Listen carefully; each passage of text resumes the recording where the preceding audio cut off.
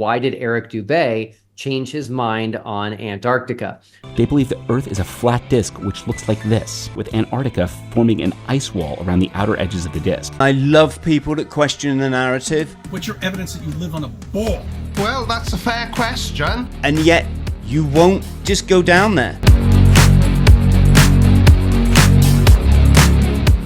What you're saying to me makes logical sense.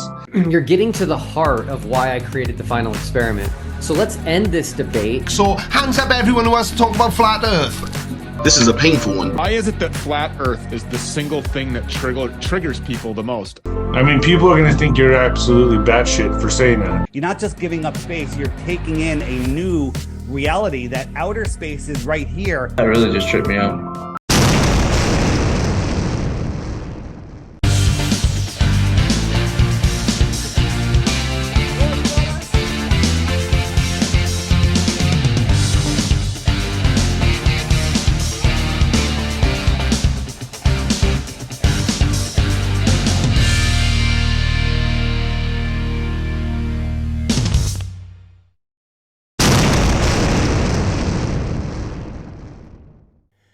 Will, how are you, sir? Great, thank you. Where in the world are you, or should I not ask?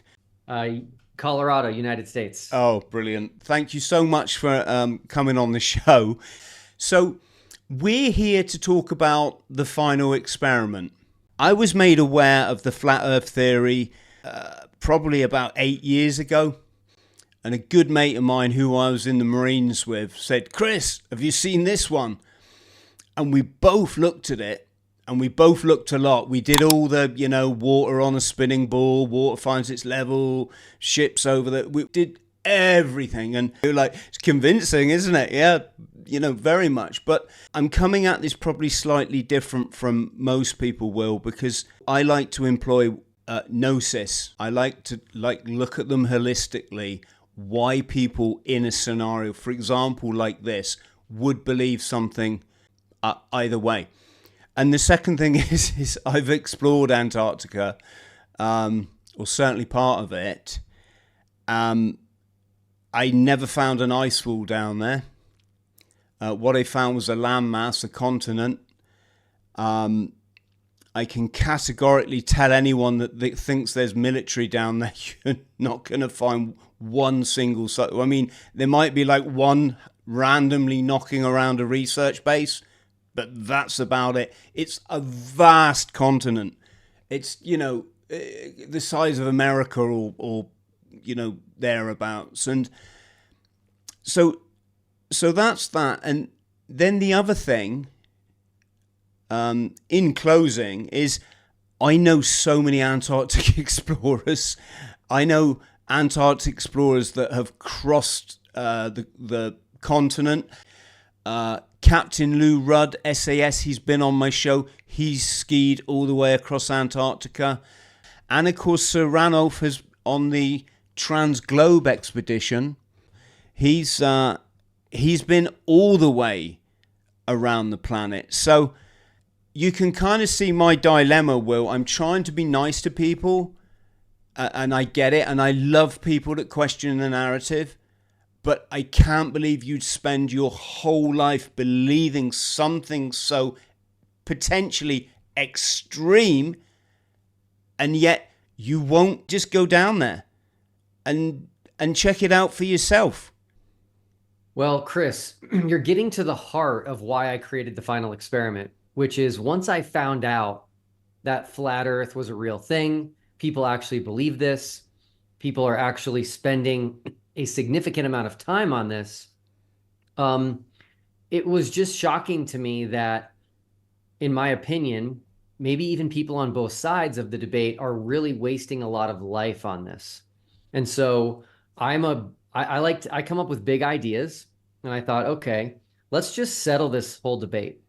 Let's settle the debate. There's other things we can debate, but let's settle this debate on whether or not we live on a globe or if we live on a flat plane, because that should be easy to do. We're talking about the largest object in the known world, in our known world, that we can touch, that we can see, that we can explore. So let's end this debate and let's free everybody from having to either A, waste their life trying to convince everybody it's flat, or these people who are defending the globe. And so I was exposed to flat Earth only 3 years ago this month. And I quickly noticed that most of the conversations talked about the Southern Hemisphere. So I knew if we were going to solve this debate, it would have to take place in the Southern Hemisphere. And the reason for that is very simple. The flat earthers believe that north takes you to the North Pole, just like we do. And so if 3 people in 3 different countries all used a compass, a regular traditional compass, and followed that, the red to north, they would all end up in the same place. Here's the issue. On a globe, when you go south of the equator, everything now starts to get smaller.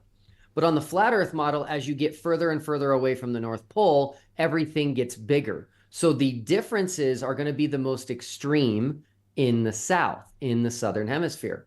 So I originally was looking at some things in the Southern Hemisphere involving planes, involving stars. And then I realized those would not be too convincing.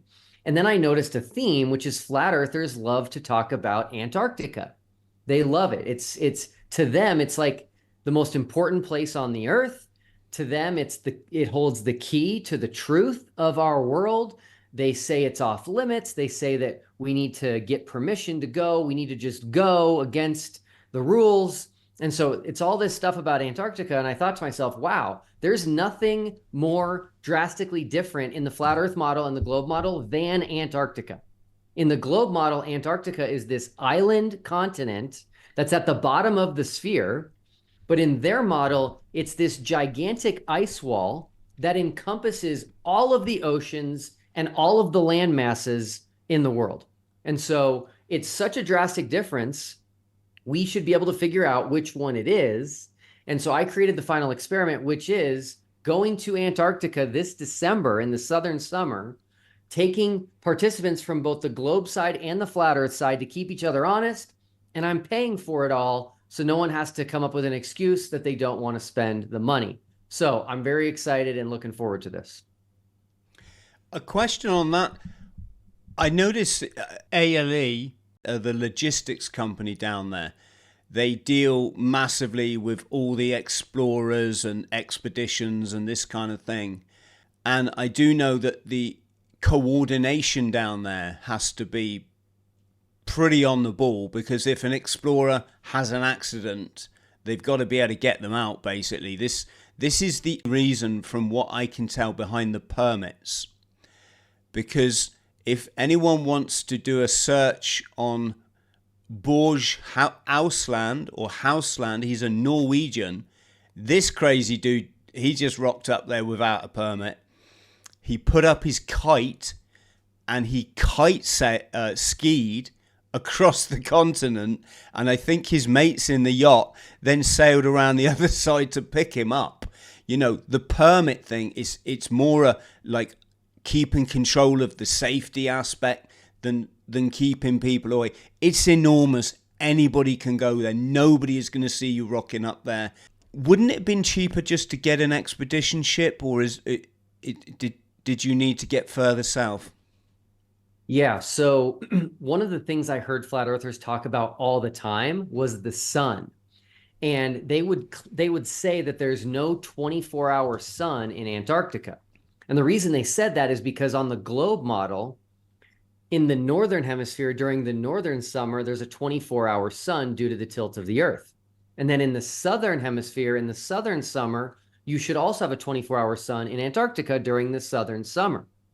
And so flat earthers made a huge deal about this, saying there is no 24-hour sun. They even admitted that if we live on a globe, there is a 24-hour sun. And so I said, okay, that's what we're going to do. We're going to go see if there's a 24-hour sun. And to do that properly, you need to be far enough south. So flying in with Antarctic Logistics and Expeditions, ALE, was a lot better than going in by boat. Yeah, okay. And I notice you're going to the 80th parallel, is that right? Yes, it's right at the 80 degrees south. It's 79 degrees 46 minutes south at a camp called Union Glacier, nestled in the Ellsworth Mountains. Yeah, Union Glacier are very famous amongst explorers. A lot of people kickstart their trips by landing there, then possibly going out to another location to start their expedition. I was just wondering, are you far enough down for it to be a 24-hour sun, or will it? Yeah, we are. So it's a little hard to understand, but at the South Pole, again on the globe model, the South Pole itself has 6 months of sun where the sun never sets. As you go away from the South Pole, so further north, you get less and less of that sun. But at 80 degrees, there are months with where the sun doesn't set, and we're going at the heart of the southern summer. And so the sun should not set the entire time that we'll be there, which is 5 days. Yeah, because I've also spent some time in the Arctic. I used to live just off the Arctic Circle in Norway, and I used to do shift work in a fish factory, and I'd come off my shift at 2 a.m, and it would be, it wouldn't be broad daylight, but it would be quite light. It was an interesting phenomenon. What has the response been like? The response has been nothing short of insane. So I tried to make this thing as fair as possible, as equitable as possible, as charitable as possible, right? There have been people who have gone undercover claiming to be flat earthers just to mock flat earthers. They get into their conferences, they get into their homes, they have secret cameras, and that's not my style. My style is no, we're gonna do this up front. I'm gonna tell people who I am, what my goal is, what side of the debate I'm on. As soon as people found out I was on the globe side, that was it. So now I am a Freemason, I'm Illuminati, I work for NASA, I'm being paid by the government, all kinds of things.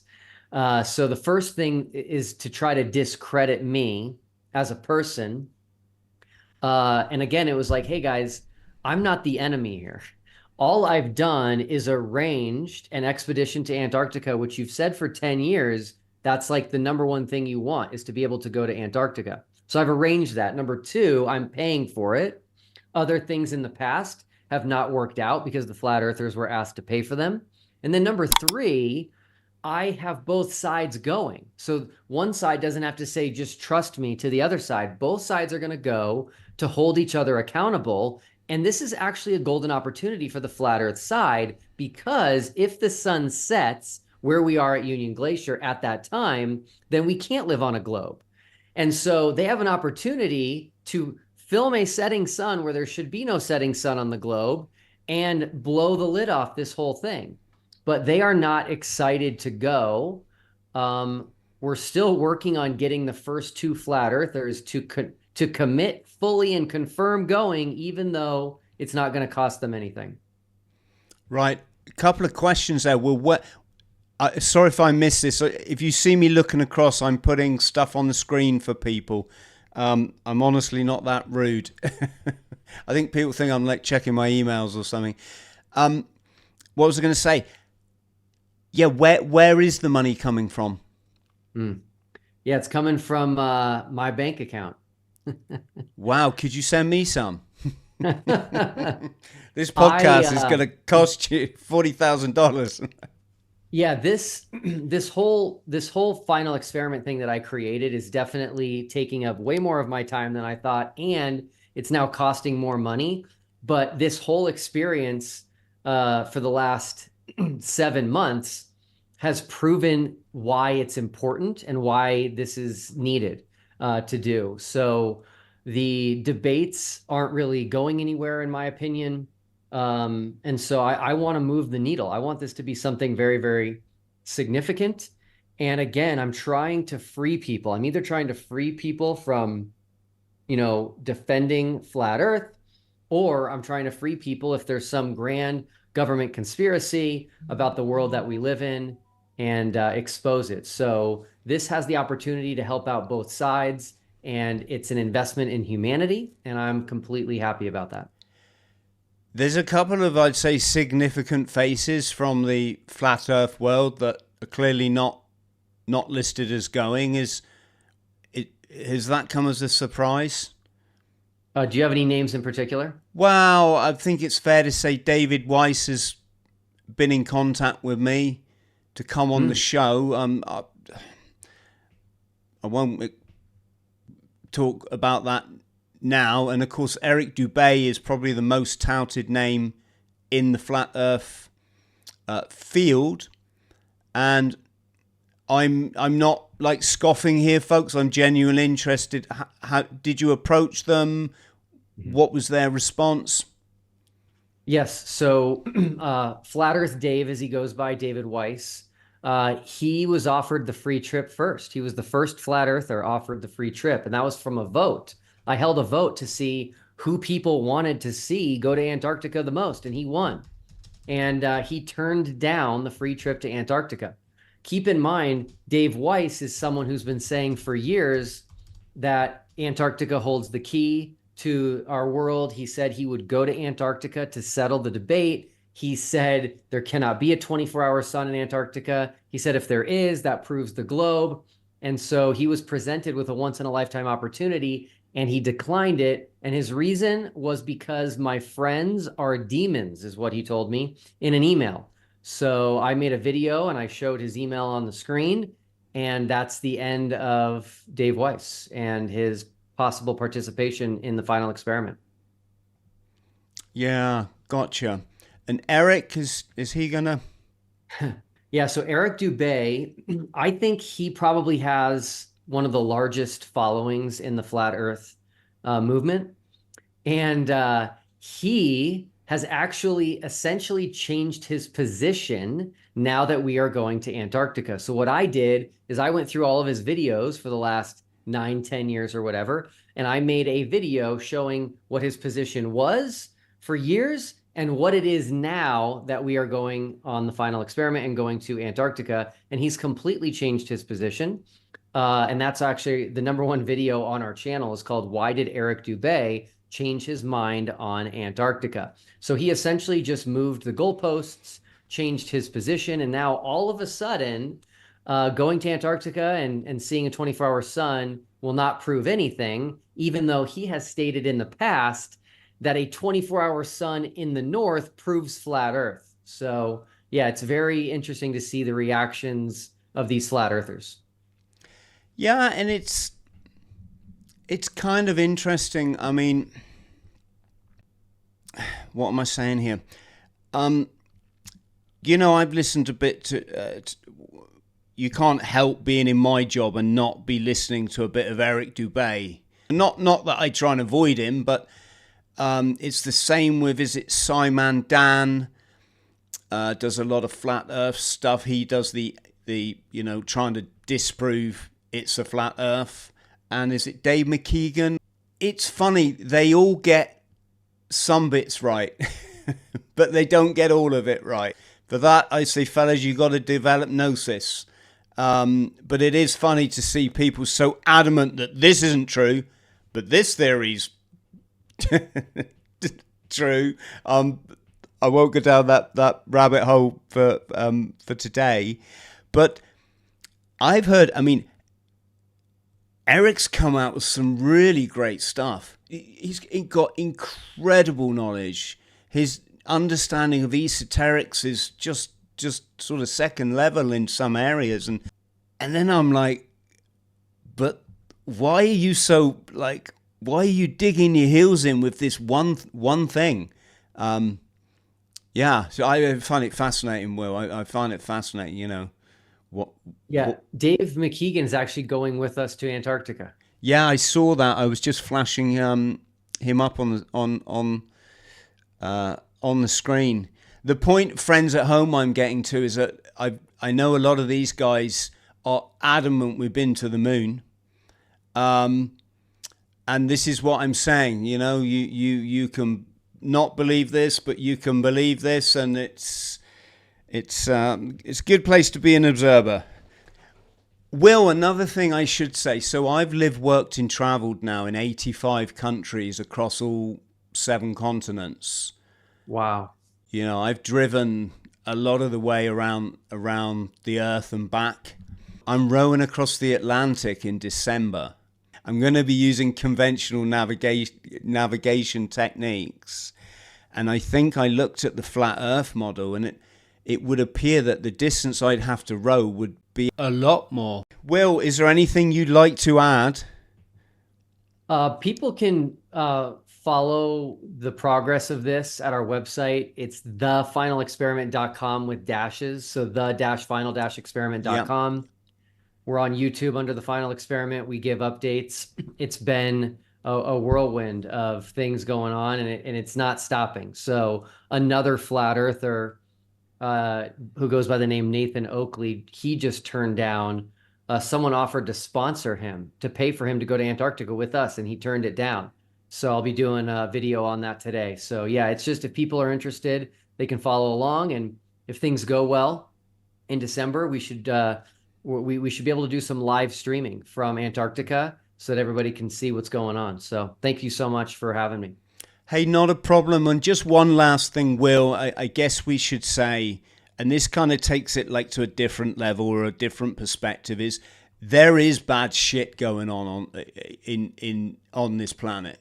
Those of us that are old enough to remember 9/11, the last 4 years, unless you've been absolutely asleep, you might have noticed the danger there is that you're not going to get taken seriously.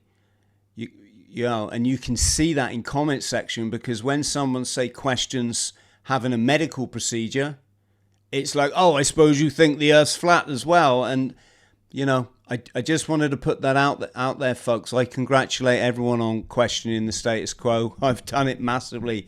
Will, massive thanks to you. Massive thanks to everyone out there. If you could like and subscribe, folks, you know the routine. Click the notification bell. And all I'll say is be nice to each other in the comments. Much love.